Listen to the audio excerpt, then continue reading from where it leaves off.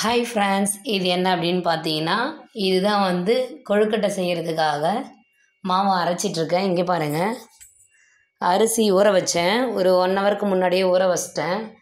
இப்போ மிக்சியில் இதை அரைச்சி எல்லாத்தையும் கொட்டிகிட்ருக்கேன். இப்போ என்ன பண்ண போகிறேன் அப்படின்னு பார்த்தீங்கன்னா, இந்த இட்லி பானையில் வந்து ஆவி காமிக்க போகிறேன்.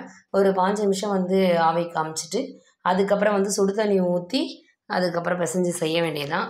இது வந்து மல்லாட்டை பூரணத்துக்காக மல்லாட்டை வறுத்து வச்சுருக்கேன் ஃப்ரெண்ட்ஸ். இது அப்படியே சர்க்கரை போட்டுக்கலாம். வெல்லம் போட்டாலும் நல்லாயிருக்கும், ஆனால் சர்க்கரை தான் எங்களுக்கு பிடிக்கும். பசங்களாம் தான் சாப்பிடுவாங்க, வெல்லம் சாப்பிட மாட்றாங்க. அது இல்லாமல் எனக்கும் வந்து ஒத்துக்காது. அதனால் வந்து நான் சர்க்கரை தான் போட்டு செய்ய போகிறேன். இதுதான் மல்லாட்டை பயிர் போட்டு தான் பூரணம் வச்சு தான் ரெடி பண்ண போகிறேன் ஃப்ரெண்ட்ஸ்.